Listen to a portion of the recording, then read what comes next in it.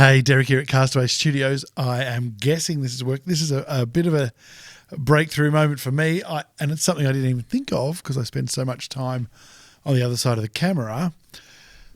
I'm down in the main event area for the first ever time, and I wanted to see whether my MIDI board would work through the extension USB that I've got in the desk here. So it's USB going on an extension lead into a hub, and then from there it's traveling on another extension lead into the middle of this desk. I'm not sure. I mean, it doesn't have, I guess it doesn't have the data, the feedback data like the Stream Deck has, which certainly would not work over this distance.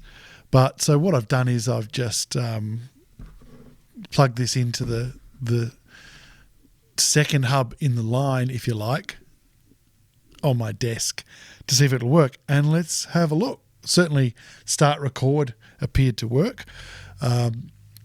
So there's a couple of things I'm sort of celebrating today, kind of naively and kind of, well, definitely too soon, because I haven't got some of the things I need to do sorted out yet. Like as in I've got no mouse. So I just realized I can't deal with the volume of some things unless they're pre-programmed in.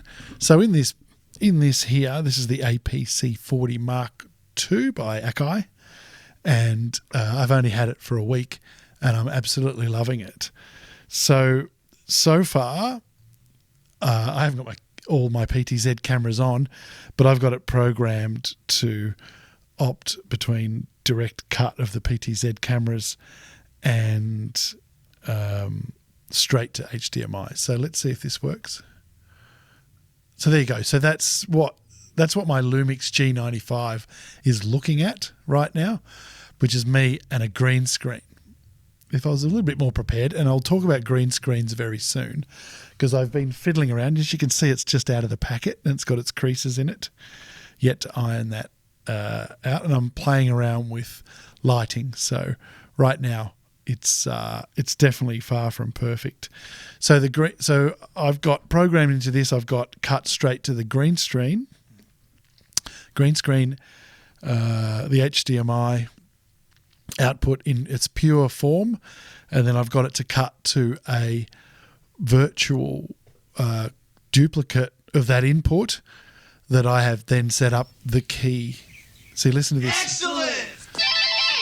Okay, I haven't quite resolved that yet, but one of the layers that I've put in the back of this input, this is a color layer, then I put on the top layer, I've obviously put this with the keyed out green, and then I've put some other layers on just to experiment, and one of the layers clearly is Bill and Ted, because I had it ready for another show I'm producing tomorrow.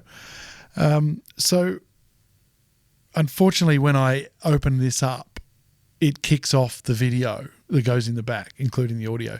So I'll work that out this evening without any doubt. And maybe in your comments, you can chuck something in as well. But so here we go. So that's just a color, obviously a fairly bright color. So that's me just pressing the button. And I've set the shortcuts, and this is the excellent thing, to quote Bill or Ted, or both. The excellent thing is I've set this whole row up. Sorry, I haven't got a zoom here. I feel kind of alone and helpless out on this side rather than in my little Davros booth. Anyway, so I've set this row here to be different layers, as we call it now, in a multi-layer situation for this input.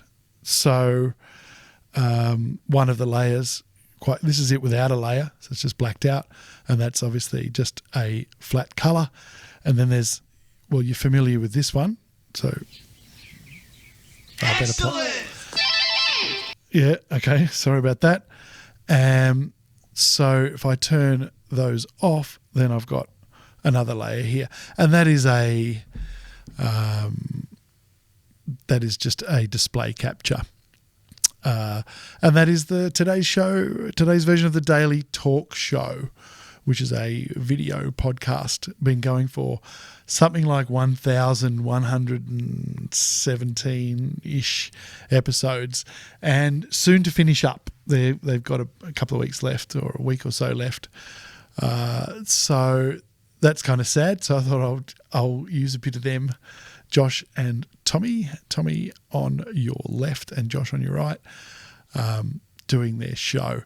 What was really funny comedy is when I was testing that, and there's another thing that I do have to work out how to do tonight, and that's to be able to get probably using a virtual audio cable or something like that to get the audio, which is clearly from the PC. This is just YouTube right now. So the audio from the PC to come in to vmix and to be audible in the headphones, but then for vmix to then record, feed back through my desk and get the audio back to me without it building up into a feedback nightmare. So yeah, of course there's a way, and I have actually done it before, but I've completely forgotten through not having a need to do it. So all the best, Josh and Tommy and Josh. Look at them go. And I was going to tell you the funny thing that happened. I know I'm rambling now, but I put it on and I thought, oh my God, what's gone wrong? And they just happened to be in the middle of their show playing some audio of one of their other episodes. And so they were sitting there just listening to it and sort of commenting on it, but their voices were completely out of sync.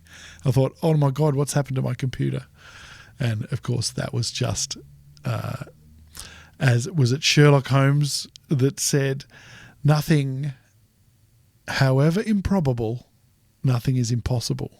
So there you go. There could always be a very simple and twisted answer to a massive technical problem. Love these guys, and I'll miss them.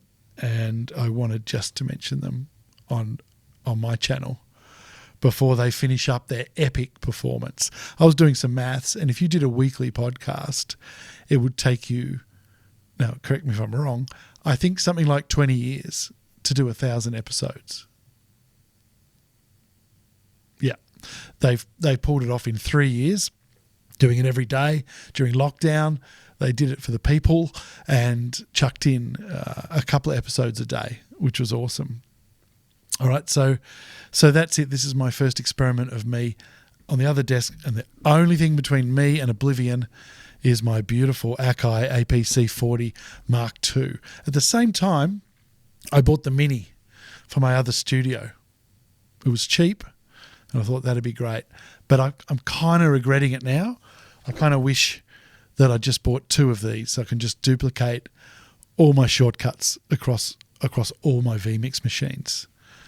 All right, but never mind.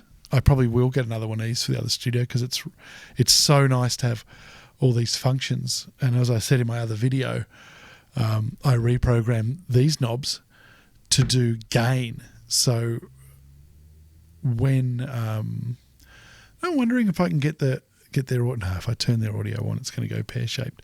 But I've made it so I can get extra gain in here because sometimes an input or a video, you put the slider right up and it doesn't, I'll show you. This slider's down because I haven't touched it yet.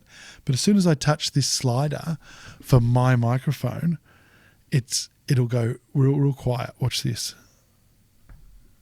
Well, the boys have gone faded. I wonder. Oh, that's because wow, look at that. I quite like that. What am I? Oh. A new discovery. Ghost background. But the ghost has to be green, doesn't it, really? Although I could. Reaching for my mouse that isn't there. Anyway, that was exciting. What I did is I bumped this slider here, which I've been using as a T-bar. See? Every time I switch back to that, I get the audio from Bill and Ted. All right, that's for another show. It's not my business to be putting it on here. Whoops. All right, so watch this. I'll turn the 3 up channel 3, which is where my voice is right now, and it will go quiet, and it will slowly go up and up and up. That's because this machine then takes over the controls of vmix, so I can actually turn it down, and up from here. So with a bit of pre-programming, I can just bring this. It's obviously using low USB resources, so I can bring this down into my work area or my show area and run the whole show from this. And that's that. And it sits kind of flat, so it's not really in the way. I could put something up there to cover it if I had to. And that's all. Congrats to the boys at the Daily Talk Show, and we'll see y'all later.